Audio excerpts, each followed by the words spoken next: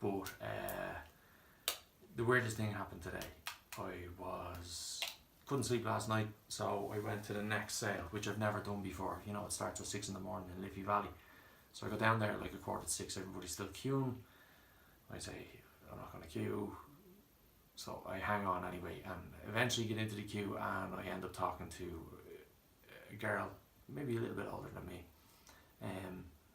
So I was asking her, you know, kids, are you getting next stuff for kids and what have you? She said, yeah. And I said, did you have a good Christmas? And she said, it was okay. And I was like, why did you not have a good Christmas with the kids and all, you know? And she said, my mum is in hospital. I was like, oh no. I said, what hospital? And she said, Vincent's. And I said, really? I said, what's she in Vincent's for? And she said, cancer. And I said, that's bad. What kind of cancer? And she said, pancreatic cancer.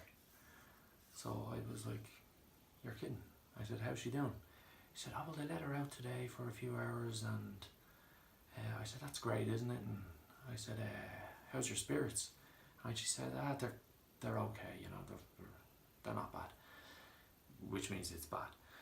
So I said to her, will I tell you a little secret? I said, this time last year, I was in Vincent's. She said, no way. I said, yeah, I was in Vincent's with the exact same type of cancer, pancreatic. And she said, no. She said, how are you now? I said, I'm brand new. I said, look at me. You know, I'm up at the next sale at 6 o'clock in the morning. And then she said, oh God, that makes me feel so much better. And I just thought to myself, this is just too random.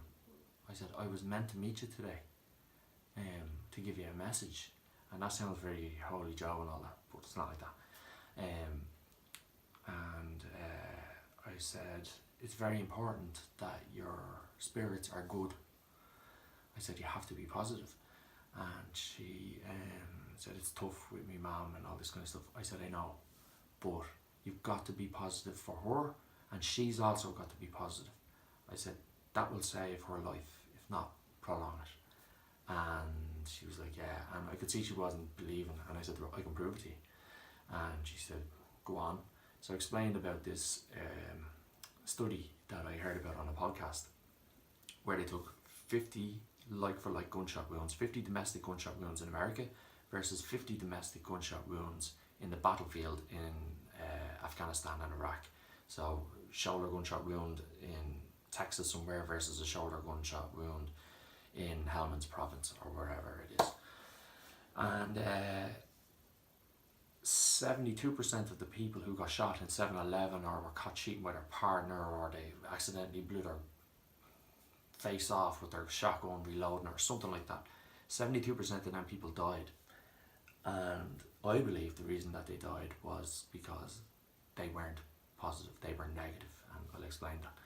They were negative because they got the gunshot wound, they see the blood, they panic, they let fear in, they don't know what's going to happen next, but they believe, I'm gone, this is it, this is the end.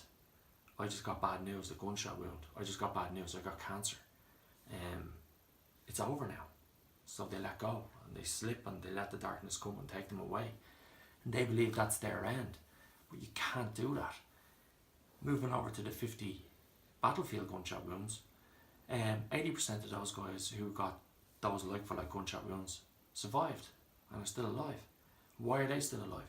Because they got shot in the shoulder or whatever it was, and they knew that there was a system. They had a belief system. I call my belief system momentum, and I'll tell you about that. But their belief system is that my buddy is behind me, who I've come through the ranks with, who is my brother, who has morphine. The pain will be gone in a second. He's going to wrap me up. They're going to call a helicopter. And this is the end of the war for me. I'm going home with a medal. So those guys had a lot to live for. They didn't accept the negative in. They didn't let it come and take them away. They stayed above that, and they held on and survived. 80% of them survived, where 72% of the other people died from the exact same gunshot wound. That's proof that being positive in your head has a physiological effect on your body. And it's the same thing when you get cancer. And I told her this. And I said to her, look, I was meant to meet you and tell you. And she hugged my arm and she said, I feel so much better after meeting you. And I said, good. I said, look, I said, I keep meeting these people. I said, I did a post on Facebook on November the 27th. I said, about the day that I was diagnosed with cancer. And I said, it went a little bit viral, got like 25 shares, 500 likes, which is crazy for me. And I said, I feel like it's my job now, having survived it, to tell people not to be afraid of cancer, to drag the word cancer out of the dark and into the light, so people aren't as afraid of it. You can get cancer and survive cancer. Like, if you're mindful, if you're not afraid of it, us Irish lads are terrible for it. We won't say anything, you're sick, I'm not going to the doctor, I don't want to know what it is.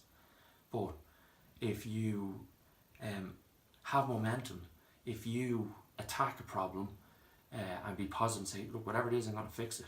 Doctors are good. And I said to the lady in the queue, it's very important that you stay positive and that your mother is positive, and you greatly increase your chances of a positive outcome. I said, you've got to focus on the positive, and that's what part of momentum is focusing and highlighting and celebrating the positive, and not ignoring the negative, but not letting it get in on you. Like, choosing to believe this is going to be good. So if you think about it, her mum is in the bed, and this is what it was like for me. There was a couple of people I had to ask not to come to the hospital, because every time they saw me with tubes and all sorts of stuff, they fell apart, and that did my morale no good. So I asked them, don't come. So I don't love them any less, but that's the way it's got to be. You've got to be positive at the bedside. The nurses have to be positive. You've got to focus on the positive news, drill into that. Some stuff is very negative, and that's another ball game. But if you can build up your momentum, if you can catch cancer early, if you maintain your momentum, it's like a rugby tackle. If you take a rugby tackle standing still, you're going down hard and you're going to hurt. But if you've got momentum, if you're moving, if you're running, and you try and tackle somebody, ask Brian O'Driscoll how many huge guys bounced off him because he had momentum. So that's it. I'm here on Facebook if anybody wants to talk, and there are a lot of people who've sent me a lot of messages from all over the world about my posts, and thanks very much. It's Sarah Jane in Canada, Mary Lyons down in Limerick, Joe. There's a couple of people, you know who you are. I'm always here. I'll always reply to your message eventually if I can.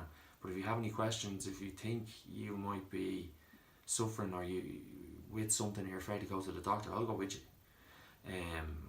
Like, you don't have to be afraid of cancer. You can get through it. I am brand new. I am a better person having gone through cancer, believe it or not. I love life. I just celebrate everything. I don't buy the shitty seats in the cinema anymore. I buy the big recliners. I bought a ridiculous car, and every time I walk towards the car I have a big grin on my face. Celebrating everything, all the little positive things in your life, that's called momentum. And I'll tell anybody about it who wants to.